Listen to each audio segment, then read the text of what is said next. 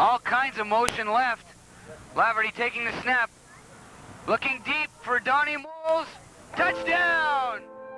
Eddie Laverty just had such a passion for life, such a passion for the game. To me, you don't have to necessarily play pro and be an Ottawa Rough Rider, or Red Black, or an Ottawa Senator to be an Ottawa sports legend. Eddie defined what it is to be an Ottawa sports legend. What Ed brought to the city was much more than the game of touch football. It was friendships, it was legacies, it was connections. It was representing the nation's capital on the provincial or national football stage. I don't think it has anything to do with being a professional or an amateur.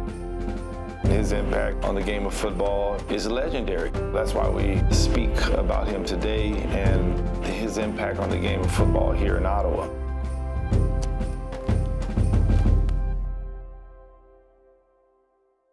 My earliest memory of my dad, I was young enough to remember, or at least think that when my dad would punt the ball in the air, it almost like it went into orbit, you know? So I must have been really young for that to be one of my earliest memories. So it just seemed like he could kick it till it disappeared. He was just very unique. He just had that warm look on him, a little crooked smile, and he was a good kisser. That's what he was. Growing up was great. Like my dad loved to obviously play sports, and he was pretty hands-on dad, and so was my mom. She was very hands-on. We had our ups and downs. Like my brother and I always fought, but we had a common bond, and that was the love of sports and love of family. He loved all sports, and he played them all really well. He played broomball, he played competitive hockey, he ran 2 marathons, he jogged every day. Like my dad was a sports enthusiast, and then he just developed an affinity for football, and the rest is history. He ate, slept, and breathed touch football. I think he just started in high school. He actually played tackle, if you can imagine, and that didn't last too long, being little Eddie. Touch football was more of a fit. We're kind of smaller guys. Eventually, he met this guy, Pappy, or Paul Lantier, and he introduced him to actually a more structured version of touch football. I was looking for good talent, and I discovered this guy playing on the other side of the field, and I called him over and said, "You got pretty good hands," and he says, "What's your name?" He says, "Ed Laverty." "Oh, Ed Laverty, come on, play with us, Ed." Nobody can let go of the rope. One team doesn't win until all 4 people from the other team are in the pool. You're holding on the rope. You can't let go. It was always a normal way for us to be involved in sports, and my dad's team was always over. He'd be on the microphone, and he'd have games organized by the pool, so you'd have to dive in and pick up the forks and knives, and he had tug of war, and so all his team members were always over. We grew up with all of his team members that are still good friends of our family today. I have so many friendships from back in the day just from my dad playing football. It was a great upbringing. It was probably unique compared to some, but you met a lot of people, and you were outdoors doing the things you love and just playing sports with your dad. It was always important for my dad to say that Eden Windus started the Football League. My dad became the president in the 2nd season of the ONTFL, and then just ran it ever since. My dad said, "I think we can do better than this. Let's see what we can organize here." He was still on good terms with Eden, as far as I know. Eden refereed in our league. He was an executive for a long time, so it wasn't like it was a bad thing or anything like that. He just had a love of sports, he had a love of people, and there was an opportunity to grow what was already there, and he built it from there. He said, "Let's grow this." He didn't just run the ONTFL, he ran Touch Football Ontario as well. He was a president for, I think, 8 or 9 years there, and he was also like an executive there for a long time. One thing I didn't really know about was all of the traveling he did to basically set up Touch Football Ontario, and all the connections he made with different groups, and it really helped lay the foundation for Touch Football Ontario to break away, because it was part of Football Ontario at the time. We're part of Tackle and Football Canada. He basically laid the groundwork, Touch Football to break out on its own, so he really was a pioneer. People would say to me, "How can you have that? I mean, Ed's never home." But he always said, "Trude," he said, "thank God I have you on my side." A lot of people don't realize your family is involved when you take on a sport and take on a task like this. With Trudy, his wife, his daughter Tammy, his son Gordy, and his close friends, they helped him build this sport and to see the outcome and its involvement over the years. Unbelievable. He just loved doing what he did, and he always gave credit where it was due. He had great people who helped him with this league for years. He always said, I couldn't do half the stuff I do without the great people around.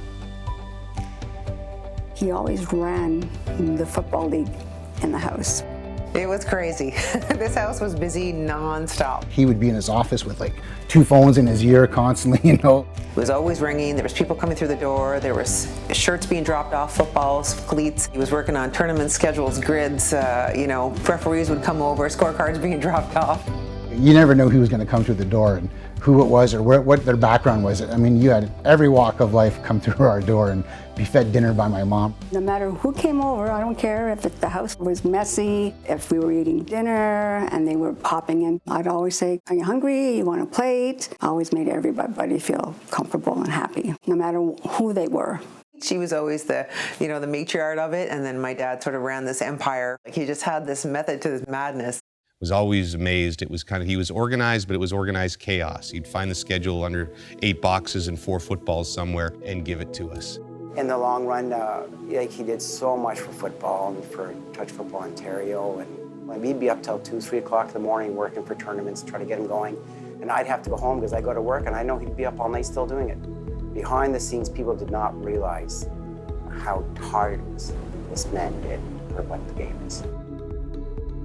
He never stopped. He never stopped. You never had to ask him twice. Can you do this? Can you do that? He always was there to do it, to pick up everything that they needed, and brought it to them. And sometimes didn't get all the credit that he actually deserved because he did everything for the football league. It was unbelievable, and like I always say, the ONTFL, it's like it's like a train that's just flying down the tracks. And I know it's an old adage, but I'm just pretty much hanging on and trying to keep it from falling off the tracks because it moves ahead regardless. It's a machine, and I don't know how my dad ran that machine and the Touch Football Ontario machine. It was nuts.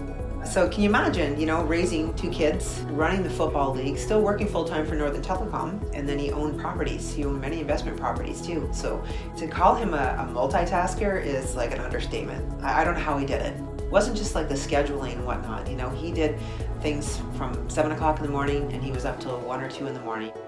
And then he'd get up and then he'd play. He quarterbacked his team to national and provincial championships. So he was a great quarterback. Oh, and Eddie's a master at this. He knows exactly how the defenses play, and he just 5 and 10 yards you to death. Here was this quarterback who was 5 feet and change and had an okay arm, but not a great arm. And he would just destroy us and would destroy everybody else. And it was the same freaking play. At that time, it was Brian Hughes, the halfback on one side, the ISO receiver on the other side, and the 3 receivers on the long side would all run the same stupid pattern every play, and they'd either go to the ISO guy or go to Brian, one of the other guys, and we would literally be yelling at each other on the field, it's the same damn play, every play, and we couldn't stop them. He could maybe throw in a good wind about 45 yards or so, and it's not terrible, but he created this overload offense to fit his limitations. Eddie's the one that invented the overload technique. Eddie, remember that, the overload? I remember it, yeah. He invented the overload, and what happened there is that probably about another 20 teams in the league caught on to the overload, taught them the overload, and made them better quarterbacks with the overload. That was a good invention, that overload, because it was tough for some of the other teams. He was just a really smart man, period. He was a great businessman. He was an innovator, and that rolled off into his quarterback skills. I think it was hard to predict him, and he could read what the defense was switching even in the moment. And if you can call an audible when the play's in motion, it's pretty impossible to stop. What was your favorite position to play? How about, was it quarterback? It was quarterback, yeah. But he wasn't just a quarterback. Like, he learned his overload by playing defense. Like, he actually was one of the top offensive and defensive players for a long time. Was it top scorer of the league, top defense of the league? Eddie carried our team very well on offense, played great defense. I was sad he was the shortest player in the team, but he was the best player in the team. He won many scoring and interception titles long before he became a quarterback. For such a little guy, he was a great player. He was hard to beat. He was exciting to watch. Marcel, you've been beaten many times by me. Do you think he has a chance? Yeah. As a passion for the community and building this league grew, his passion for the game and just his genuine love of sport and being out there grew with it. I think they happened organically. Eddie likes football a lot. Yeah. I love football a lot, but I debate who loves it more. Now he did it on his wedding day. The unfortunate thing for me, my wedding day was not on a game day, so I can't. You can't put it to a test. I can't put it to a test. On my wedding day, November 9th, 1968, Ed wasn't there. He was playing for me at that year, and we didn't know Eddie was getting married. But Eddie was going to play. I said, Eddie, you playing? He said, sure, I'm playing. So we're playing, we're in the second half. And then we see these guys on the sideline all dressed up in suits. And they say, hey, are you coming? You're late. I said, what are you going to do? Are you going to go? We're tied. We're almost at a point different. And he said, I'm not going to finish this game. I said, we finished the entire football game, and we won that game, and Eddie was a big player, and he didn't want to leave. He was an hour and 15 minutes late. So I'm walking down the aisle, and I'm looking at him. He's smiling, I'm smiling. And as soon as I got there, I said, where were you? He said, we won. You won what? We won the championship. I said, good. Can we get married now? Yes. When you first meet him, the first thing that really comes out is his passion for the game of football. I don't even think we really exchanged names. We went right into football.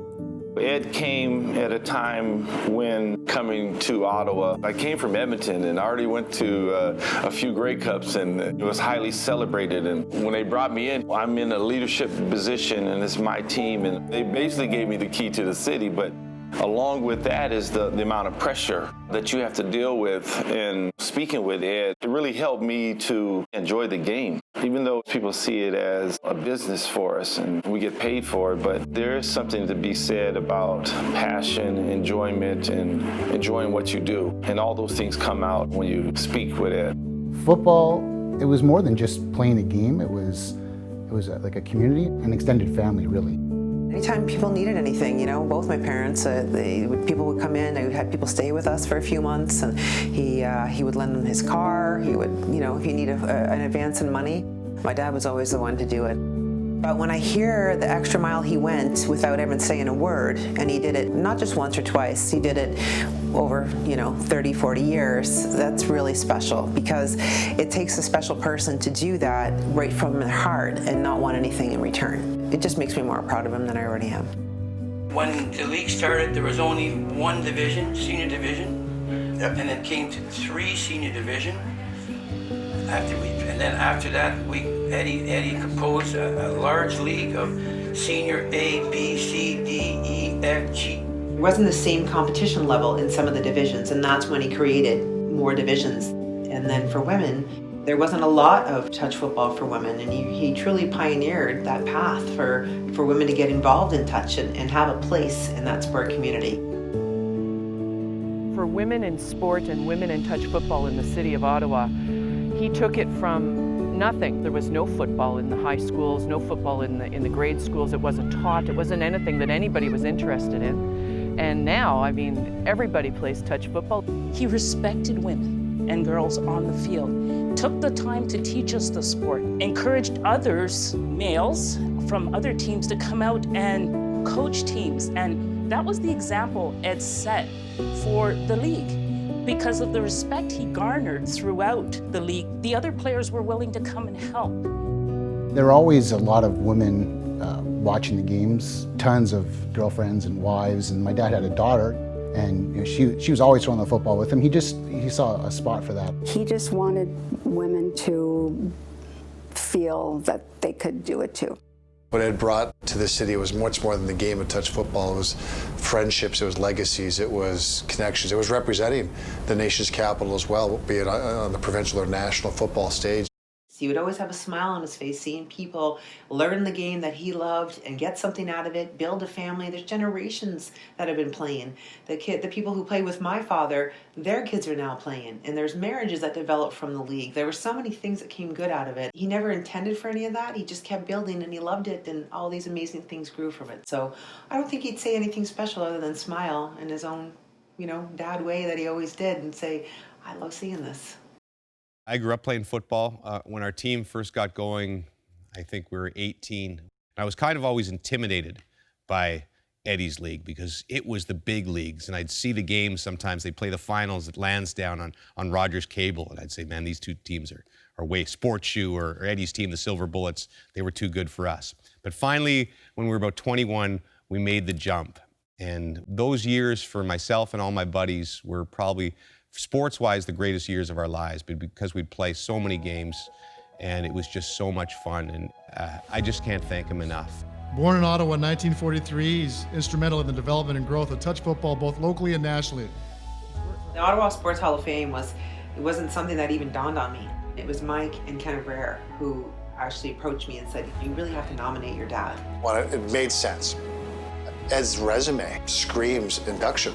I think everyone kind of likes that when someone who's really, really humble for so long, someone almost has to push them into the spotlight and say, look what this guy did, he was amazing. Who better than us to do it for our dad, who we're so proud of.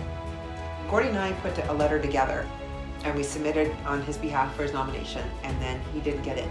So the next year when we were eligible to nominate him, I was not going to take a chance. If he doesn't get in, it isn't because I left one page unturned. And what was really cool about the Hall of Fame is that so many people in the community had to write emails and letters of recommendation while my dad was being vetted. To start a league and see it grow for 5 years, great. 10 years, great. But for him to enjoy the legacy he has had and to be surrounded by the people who've been with him all this time says something about him as a person. He belonged in the upper echelon of sports. He well deserved to be in the Hall as a builder because he has impacted a lot of people's lives. Inductee to the Ottawa Sports Hall of Fame, Mr. Ed Laverty. And we finally got the call. At a year, you've been inducted in Ottawa Sports Hall of Fame. You could tell he would smile, that cute little humble smile he always had. It's pretty good, eh? It was a great run. It's nice to see all these people here that appreciate touch football and the sport. It was a football-centric Hall of Fame. So to see him there with Wayne Giardino and see him with some of these football icons, based on resume, he's not out of place. Ed Laverty, second to none in terms of peers when it comes to the passion and love for football. They played the game at a pro level, but Ed Laverty had the same love and passion for the game of football, and that's why he's enjoyed this legacy. We're really, really grateful that we were able to be there that day, and my dad was present enough to take it all in, share it with his family and friends, and we're really grateful we had that day. My dad was always forgetting things. He lost his cell phone once a week, so that was always normal for us. He lost his pouch, his cell phone, his keys, his referee whistle, so it wasn't noticeable for us at first.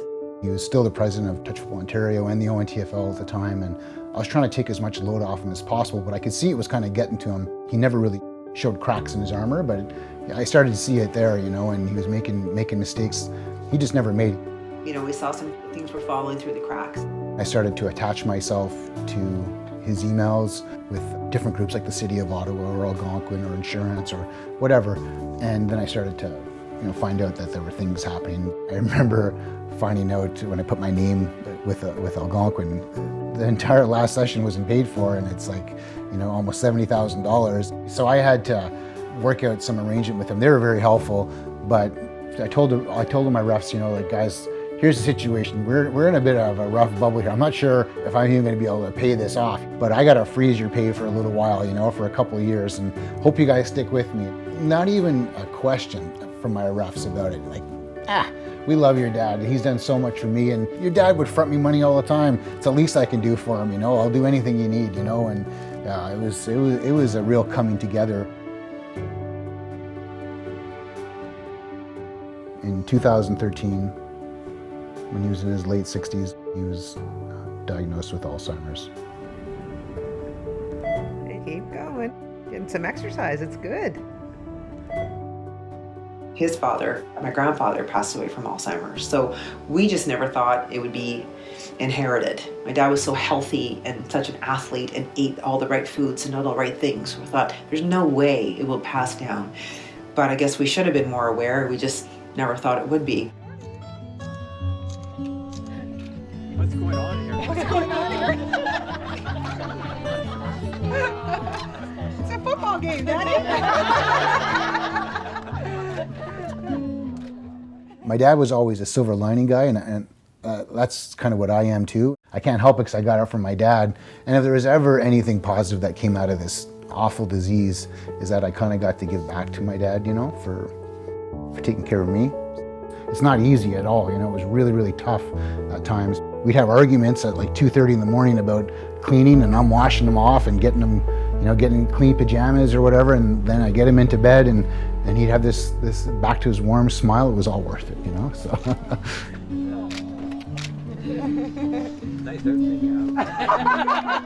Ultimately, something you can't stop. So we decided we're gonna, keep his pride, keep him active. He would have moments where he would pace and be upset, but as soon as he had a football, he would be right back to himself.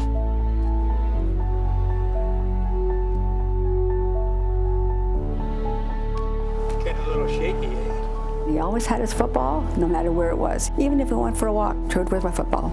I like the football. Okay, can't lose my football. He always had Trudy, and he always had his football. What's very fitting is his last public outing happened to be his own tournament. The Ed Laverty Fall Classic. We named it after him to raise awareness for Alzheimer's. Once he was at that field, he lit up. He was there for probably 8 or 9 hours, throwing the ball with everybody, chatting, having a good time. And then you sat in the chair and watched everybody play. It was where he was genuinely happy. Yeah, it brought a lot of life to him. It showed the power of his love of sport and people because it overrode the disease. It's tough news, it's challenging because what you know about Alzheimer's is that your memory suffers significant loss. And all those great memories. And that body of work, though he may lose it, it's never going to be forgotten. It's going to stand the test of time because Ed is a giant in the game of football, and that doesn't change. Football and family, that was Ed. Football and family. We were just with him. Gordy and I never left his side. I moved back home for a month. My husband was here, my mom, Brent and Janice Rennick, Sharon Sharon, Mike and Dan Gillespie, all the people who love my dad were here. And Sharon was here around the clock and we didn't leave his side. Gordy took the night shifts, I was here in the day, my mom was here full time. We had Brian come here every other Wednesday to take him out. Everyone was here. They punched apart because they loved him and we loved him. And we were with him right to the very last minute.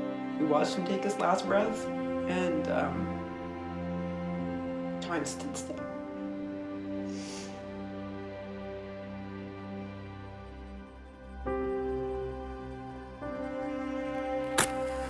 You find out at the end, they always say how much you touch people by who shows up at your funeral, and there were quite a few hundred people there and a lot more that couldn't attend. I remember looking out to that crowd and saying, this is unbelievable. And, my dad would probably just laugh and go, what are you people all here for? This is ridiculous. Let's go and have a party. Let's joke around. He would say that. But if it wasn't genuine and it wasn't something that was built over time, it would end if my dad stopped playing or when he wasn't involved with football anymore. It's just carried on. So in our dark days where we needed help, they would always be here. When Ed got really ill, they just nonstop, the football family. They were so good. It was beautiful, it was really, really beautiful. It's a special community and a bond that, we're really privileged to be a part of. Losing him, period, is really, really tough, He'd still be playing football for a long time, and I really, even before he was diagnosed, I looked forward to running the football league with him. It would have been a lot of fun. And if I ever had a family too, my kids wouldn't get to know him, and that's really heartbreaking because he would have been the best grandfather, without question. I know there's, life has to go on, and life is going on for me, but you just don't lose a person, you don't forget about a person. I wish he was here. I wish we never lost him. He was only 74 years old. Someone who's that young and had so much to give, he would still be playing now, but my father will live on through me and through my brother and my mom and all the people that he touched. His legacy reaches so many from a simple love of sport. For him to be inducted in the Hall of Fame, that was beautiful. But to have a field named after him, that was just something else that made me so happy. Gentlemen, from this day forward, the fields behind us shall be named the Ed Laverty Fields. I know that he would be really happy to know that would be something that kids and people will be at forever. And to see our counselor and all our family and our friends there, and that boulder unveiled was something I'll never forget. It was a special day, and I know that he's going to be smiling down on all of us. Maybe he is up there somewhere organizing football, but he's still here with us in some capacity. It was so fitting, like, yeah, it was about 15, 20 minutes late from starting because there were football games going on. There's no way I was gonna leave the field to do this ceremony while you guys are still playing and I haven't handed out the awards or taken team photos or handing out our MVPs. That was always most important to my dad. So it was only fitting that got delayed because his own wedding got delayed because he was playing a football game, you know? So it all comes full circle. I loved it.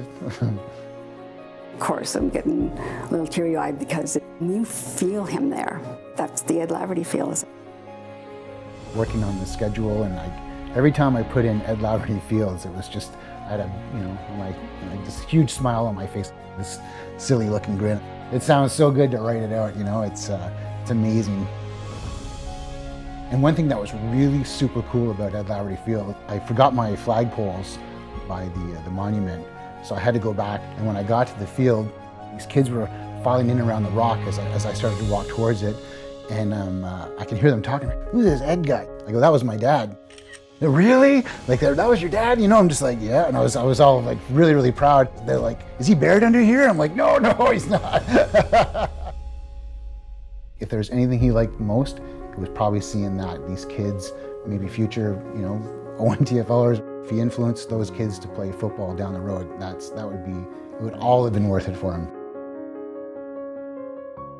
His legacy, it's to have people from all walks of life get out from our computers and our phones and get face to face with each other and communicate with each other, have fun, enjoy this awesome game.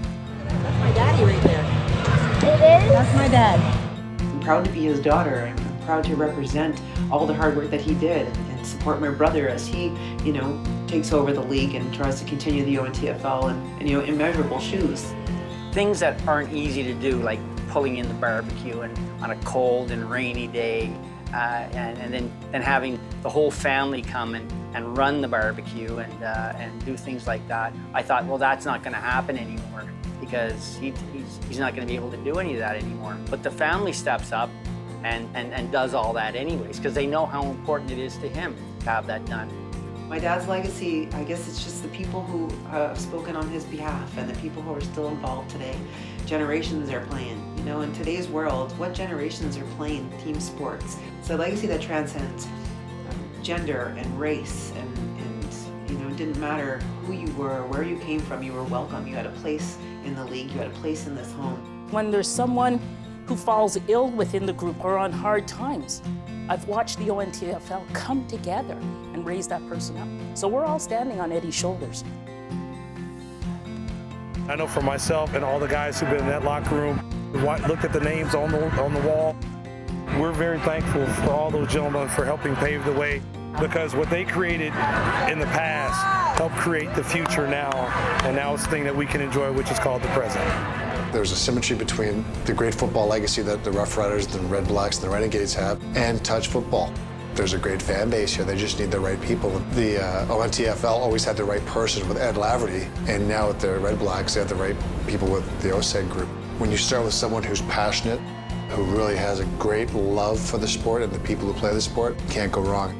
10 years later, removed from the game, I'm actually involved in touch football and amateur football, and so clearly his impact and the experience that I had with him in Ottawa has actually, you know, passed on, and so, I mean, I'm part of that legacy. Of course, I'm always proud to say I'm you know, my dad's son. It's always something I was proud of and even more proud of. I love him, you know, more than anything, you know, and he really, you know, Gretzky, I always said Gretzky was my idol growing up, you know, to my friends, but, you know, he was always my idol, you know, he really was, and I was really lucky to have him as a dad. So I love you, Dad. I'm proud of you, and I'm proud to continue on your legacy and stand alongside Gordy and Mom and everyone else here who loves you, you know. We're going to continue your legacy on, and you're missed more than you'll ever know, but we're going to keep your one-liners going. And, you know, this not-for-profit we started, the Sports Legacy Fund, and we're going to try and make a difference in the life of a youth, because I know that'd be important to you, and we're just going to keep moving forward to try and make a difference the way you always did. So always be your tabby toes. Love you, Dad.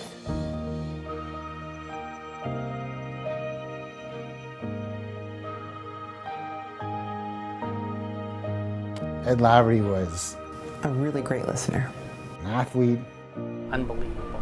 a husband, Opportunity, family, class. a mentor, He was very caring. a community builder, Stubborn, founding member of the ONTFL and Touch Football Ontario. He loved his family.